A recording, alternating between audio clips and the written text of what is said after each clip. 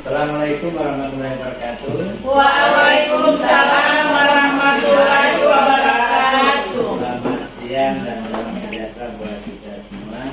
Baiklah, kita hari ini di kegiatan komunitas belajar kita akan mengikuti sosialisasi budaya positif di SDN 41 Talangi yang akan dibawakan oleh teman kita sebagai calon guru penggerak atas nama Ibu Wina. Untuk itu sosialisasi dimulai dan diserahkan pada Ibu Wina untuk memberikan sosialisasi. Assalamualaikum warahmatullahi wabarakatuh.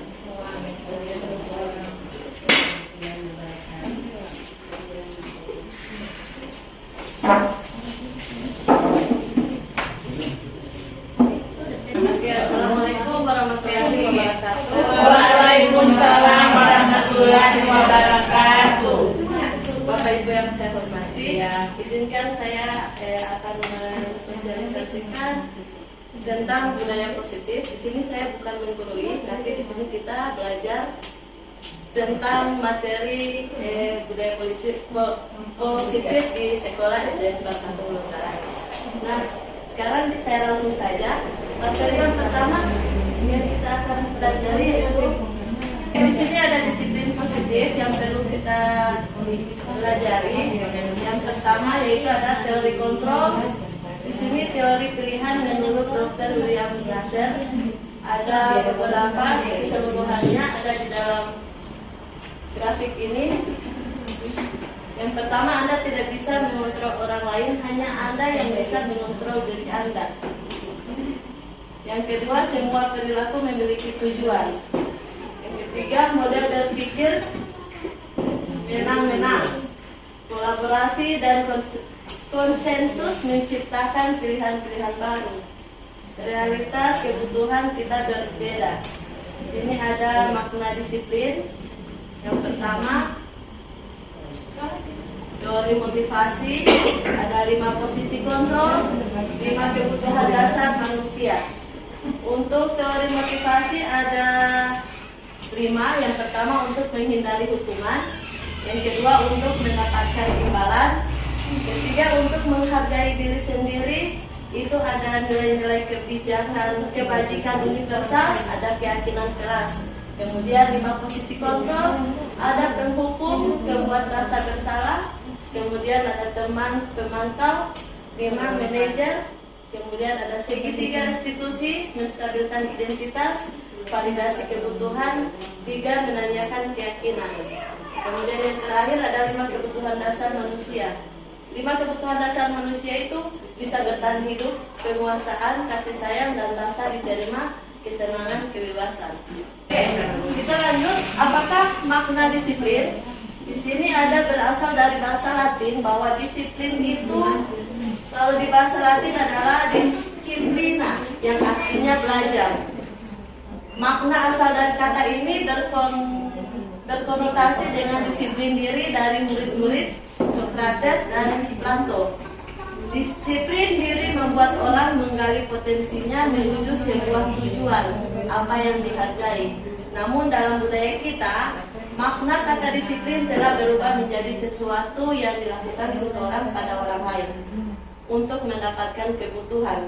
Kecenderungan umum adalah menghubungkan kata disiplin dengan ketidaknyamanan, bukan dengan apa yang kita hargai atau pencapaian suatu tujuan mulia. Oke, kita lanjut. Nah, di sini ada nilai-nilai kebajikan universal. Nilai-nilai kebijakan universal itu ada di sini. Setiap perilaku perbuatan memiliki suatu tujuan. Itu menurut Dr. William Glasser. Kemudian dengan mengaitkan nilai-nilai kebajikan yang diyakini seseorang, maka motivasi intrinsiknya akan terbangun sehingga menggerakkan motivasi dari dalam untuk dapat mencapai tujuan. Jadi nilai-nilai kebijakan itu muncul dari dalam diri kita masing-masing. Di sini ada nilai-nilai kebajikan yang ingin dicapai. Ada 5. Ada 6. yaitu beriman bertakwa kepada Tuhan, mandiri, bernalar kritis, berkebinekaan global, bergotong royong dan kreatif. Ini nilai-nilai kebajikan universal itu ada pada profil Pancasila yang kita pelajari di sekolah. Masing-masing modul ajar itu sudah ada profil Pancasila pada kurikulum merdeka. Kita lanjut. Baiklah, apa itu restitusi? Nah, di sini dijelaskan restitusi adalah proses menciptakan kondisi bagi murid untuk memperbaiki kesalahan mereka, sehingga mereka bisa kembali pada kelompok mereka dengan karakter yang lebih kuat. Nah, restitusi juga merupakan proses kolaboratif yang mengajarkan murid untuk mencari solusi untuk masalah mereka dan membantu murid berpikir tentang orang seperti apa yang mereka inginkan dan bagaimana mereka harus memperlakukan orang lain. Kita lanjut. Di sini ada 9 ciri-ciri restitusi. Yang pertama, bukan untuk menebus kesalahan, namun untuk belajar dari kesalahan. Yang kedua, memperbaiki hubungan. Yang ketiga, tawaran, bukan paksaan.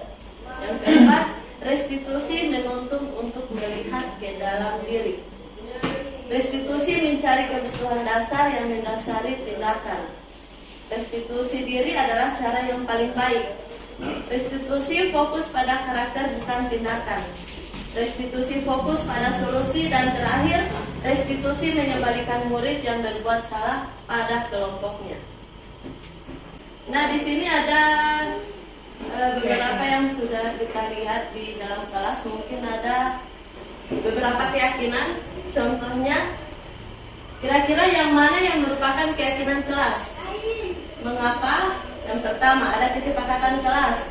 Datang tepat waktu, mengucapkan salam, menjaga kebersihan sekolah, berdoa sebelum dan sesudah kegiatan, aktif dalam pembelajaran, tertib. Oke. Ada dalam keyakinan kelas. Kemudian kesepakatan kelas. Kami guru dan murid yang saling menyayangi. Kami murid yang semangat belajar. Kami murid yang peduli dengan teman-teman. Ini yang ada di dalam kelas. Keyakinan kelas. Oke, kita lanjut. Oke, di sini ada pertanyaan-pertanyaan yang termasuk dalam posisi kontrol. Kira-kira yang mana pertanyaan-pertanyaan atau kalimat mana yang termasuk dalam beberapa posisi kontrol? Yang pertama, saya kecewa sekali dengan kamu. Berarti dia siapa yang menyatakan? Membuat orang yang merasa bersalah. Kemudian, kamu tidak benar melakukannya. Sebagai penghukum. Ayolah, lakukan demi ibu bapak. Teman, apakah kamu mau mendapatkan stiker bintang hari ini? Bagaimana kamu bisa menyelesaikan masalah ini? Dia sebagai manajer. Kamu selalu yang paling terakhir. Adalah penghukum. Cara menyelesaikan masalah bisa kita pakai segitiga restitusi. Dia ada caranya dengan menstabilkan identitas, validasi kebutuhan, menanyakan keyakinan, dan menstabilkan identitas. Baik, untuk menyelesaikan masalah kita bisa gunakan segitiga restitusi. Ada 3. Yang pertama, menstabilkan identitas. Bagaimana cara menstabilkan identitas? Dengan cara, di sini ada setiap orang pasti pernah melakukan kesalahan. Kamu bukan satu-satunya yang pernah melakukan ini. Kemudian menanyakan keyakinan. Pertanyaan seperti apa? Nilai-nilai apa yang telah kita sepakati? Meyakini. Kemudian kamu ingin menjadi orang yang seperti apa? Itu yang kita tanyakan kepada orang tersebut. Kemudian lewat validasi kebutuhan. Kamu tentu punya alasan mengapa melakukan itu. Kemudian, adakah cara yang lebih efektif untuk mendapatkan apa yang kamu butuhkan? Oke, ini adalah segitiga restitusi. Baik, di sini ada satu video, suatu masalah, dan video cara menyelesaikan masalah itu menggunakan segitiga restitusi. Baik, Bapak Ibu, dari yang sudah saya jelaskan tadi, kira-kira apa yang berubah sebelum dan sesudah saat saya memberikan materi? Apakah ada perubahan? Ya. Mungkin ada yang ingin dirubah. Oke, ada yang ingin dirubah. Kemudian apa rencana ke depan untuk menerapkannya? Pasti ada di... Iya. Saya akan mencoba menyelesaikan masalah dengan segitiga restitusi. Baik. Nah, hanya itu materi saya pada hari ini tentang budaya positif. Semoga apa yang kita pelajari hari ini bisa kita terapkan di sekolah SD 41. Terima kasih. Assalamualaikum warahmatullahi wabarakatuh. Waalaikumsalam warahmatullahi wabarakatuh.